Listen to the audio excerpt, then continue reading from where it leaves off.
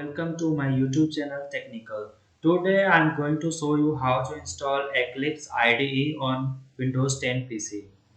So the official website of Eclipse is www.eclipse.org. So here you will find a download section where you can download an Eclipse IDE installer. So through that installer we can install Eclipse on our local Windows PC. So there is a minimal prerequisites to install Eclipse on Windows or any other operating system as well. So there is a requirement that your system must have a Java version as compatible with the Eclipse version.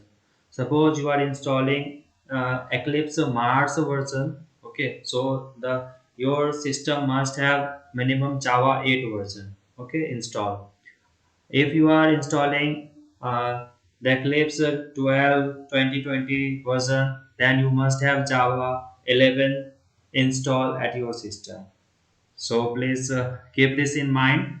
Then we will proceed for the installation. So let's get started and see how to install it on Windows 10.